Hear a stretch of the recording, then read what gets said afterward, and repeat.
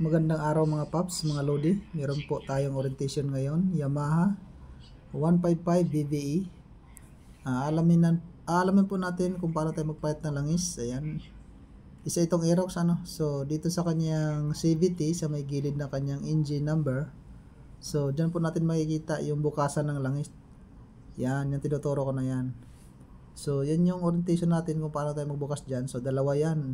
Pwede rin yung 12mm. Pwede yung buksan din yung dalawa na yan. Pero mas maganda dito sa malaki yan. Kasi nandyan yung filter. So bago natin bubuksan yan, so kailangan muna nating buksan yung kanyang lagayan ng langis. Nandito sa kanan yun. Ito yung ituturo ko sa inyo. Ito muna ang bubuksan natin. Ano? Yung bago yun sa baba.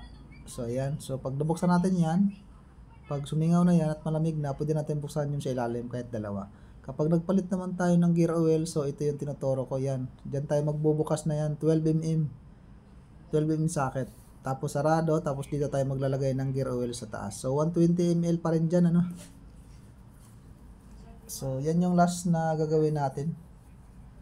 So yan lang yung orientation natin sa araw na ito, mga lods, mga paps. So God bless po sa lahat, ano? So recap lang tayo.